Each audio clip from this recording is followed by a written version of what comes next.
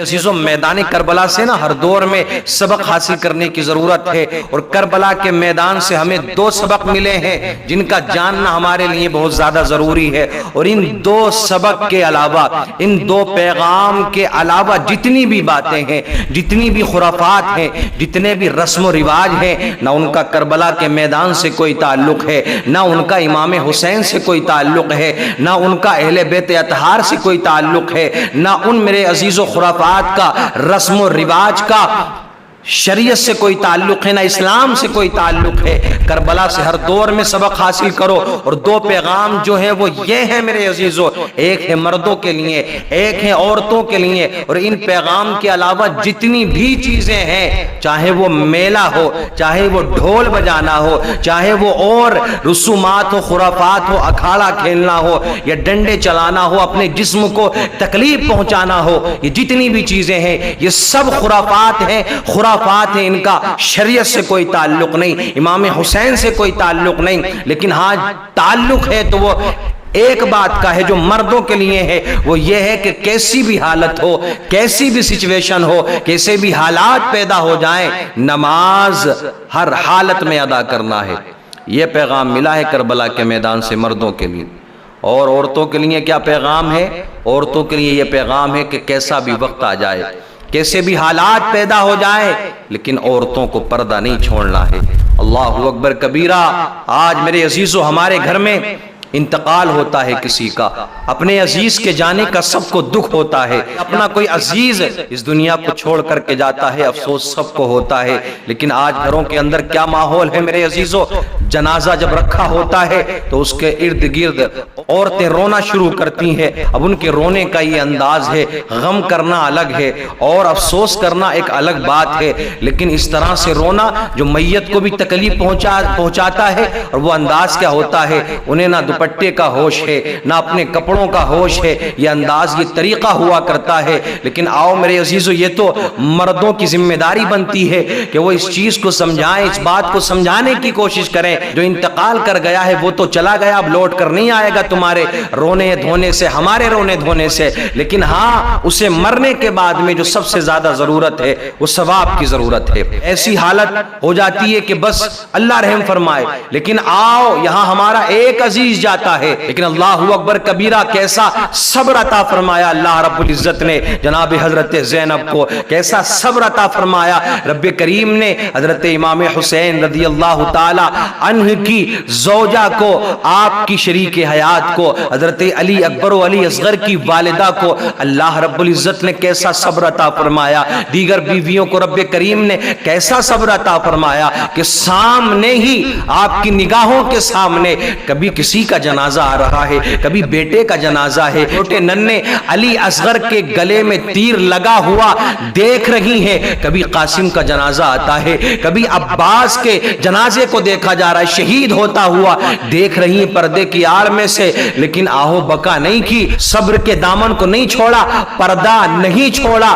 ایسے نازک وقت میں بھی جب حالات یہ پیدا ہو گئے کہ بالآخر سید الشہداء حضرت امام حسین رضی اللہ تعالی عنہ بھی شہید ہو گئے، اب تو کچھ بچا ہی نہیں تھا، امام علی مقام شہید ہو گئے، لیکن پھر بھی اس کے باوجود بھی پردے کو نہیں چھوڑا۔ تو یہ پیغام عورتوں کے لیے ہے، مردوں کے لیے یہ ہے کہ وہ نمازوں کی پابندی کریں، لیکن یہ دونوں جو پیغامات ہیں نا میرے عزیزوں، یہ دونوں جو پیغام ہیں انہی پر عمل نہیں ہوتا ہے 10 محرم کو۔ آپ دیکھیں 10 محرم ہو یا کوئی بھی دن ہو، ہر حالت میں نماز فرض ہے۔ 10 محرم ہو یا اس کے علاوہ کوئی بھی تاریخ ہو، کوئی بھی دن ہو، جن سے پردہ کرنا ضروری ہے عورتوں کے لیے، اسے پردہ کرنا ہی کرنا ہے، لیکن 10 محرم کے دن سب سے زیادہ بے پردگی ہوتی ہے۔ 10 محرم کے دن آپ کو اور دنوں کے مقابلے زیادہ مسجدیں خالی ملیں گی۔ کیوں؟ وجہ کیا ہے؟ وجہ یہ ہے کہ کوئی میلے میں جاتا ہے، کوئی تعزیہ داری میں لگا ہوا ہے، کوئی ڈھول تاشے بجانے میں لگا ہوا ہے۔ ارے جو مقصد تھا میرے حسین کی شہادت کا، میرے امام کی شہادت کا، مولا کی شہادت کا جو مقصد تھا وہ تو تم نے بھلا دیا۔ تمام بیویوں نے جو پردے کے دامن کو نہیں چھوڑا تھا اسے تو تم نے بھلا دیا. تم کہتی ہو کہ سیدہ فاطمہ کی ماننے والی ہو, سیدہ زینب سے محبت کرنے والی ہو, تو تم کیسی محبت کرتی ہو؟ تم بے پردگی کے ساتھ میں اور تمام چہرے پر لیپا پوتی کرنے کے بعد میں تم اپنے چہروں کی نمائش کر رہی ہو, میلوں میں جا کر راستوں میں گلیوں میں گھوم رہی ہو. آؤ جن چیزوں کا زیادہ حکم دیا انہی چیزوں کو 10 محرم میں پیٹھ کے پیچھے ڈال دیا جاتا ہے, اور اس طرف ہماری عوام زیادہ جاتی ہے جس کا تعلق نہ شریعت سے, نہ اسلام سے, نہ قرآن سے ہے. بس یہی 2 مقصد سمجھیں, نماز کی پابندی کریں 10 محرم میں. یوں تو ہر وقت نماز فرض ہے, جب تک آپ میرے عزیزو دنیا میں ہیں بالغ ہونے کے بعد میں آپ پر نماز فرض ہے, ہر حالت میں نماز ادا کرنا. عورت کو ہر حالت میں پردہ کرنا ہے, لیکن 10 محرم کو اس بات کا خاص خیال رکھیں, یہ کام کرنا ہے, نمازوں کی پابندی کریں, روزہ رکھیں. اور یہ بات ہر باپ کو دھیان رکھنی چاہیے کہ اس کی بیٹی کہاں جا رہی ہے.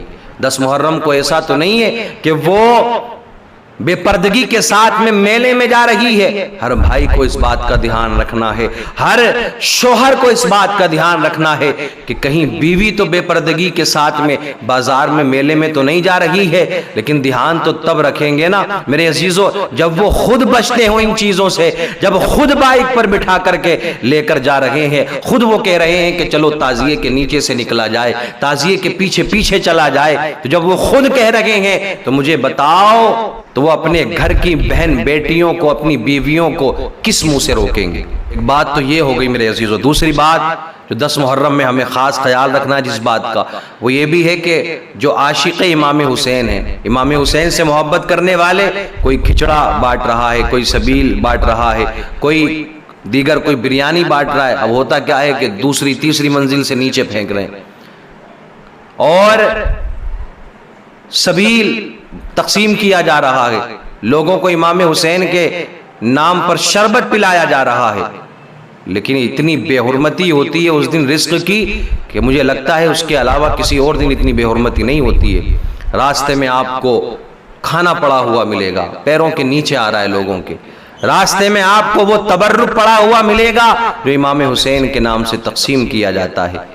امام حسین کے نام سے جو تبرک بانٹا جاتا ہے, تقسیم کیا جاتا ہے, وہ آپ کو پڑا ہوا ملے گا. تو اس بات کا بھی خاص خیال رکھے. اور بہتر طریقہ تو یہ ہے, اچھا یہ بھی اچھا کام ہے امام حسین کے نام سے, لیکن ایک بات اور یاد رکھیں, جس کا حق ہے اس تک پہنچائیں. مالداروں کو کھلانے کا اتنا ثواب نہیں ملے گا جتنا غریبوں کو کھلانے کا ثواب ملے گا. اگر تجھے کھانا کھلانا ہے حسین کے نام سے تو ان کو کھانا کھلا کہ جن کو کئی کئی دن تک کھانا میسر نہیں ہوتا ہے. ایک وقت کا کھا لیا, دوسرے وقت کا پتہ نہیں ہے.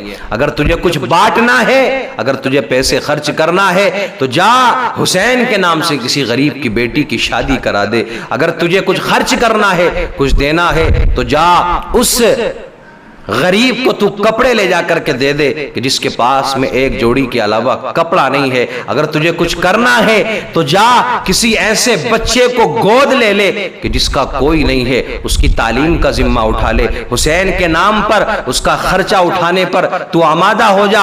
اگر تم ایسا کرے گا اس سے تیری دنیا بھی سنورے گی, اللہ تیرے رزق میں بھی برکتیں عطا فرمائے گا, اور رب کریم آخرت میں بھی اس کا صلہ تجھے عطا فرمائے. تو سچے حسینی کی یہ پہچان ہے.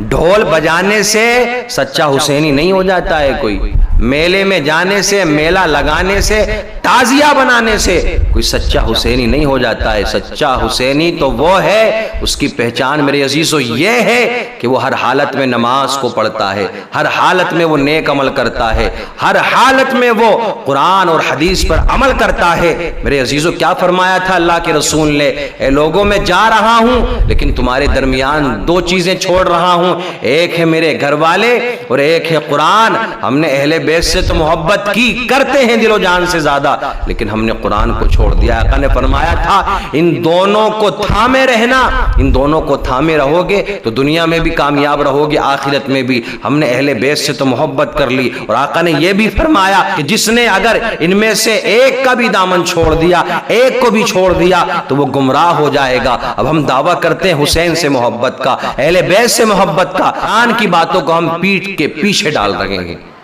تو ایسا نہیں ہے کہ صرف اہل بیت سے محبت کرو گے، قرآن کو چھوڑ دو گے تو تمہیں جنت مل جائے گی۔ اللہ کے رسول نے فرمایا دونوں کو تھامنا ہے، دونوں سے محبت کرنا ہے، دونوں کی باتوں پر عمل کرنا ہے۔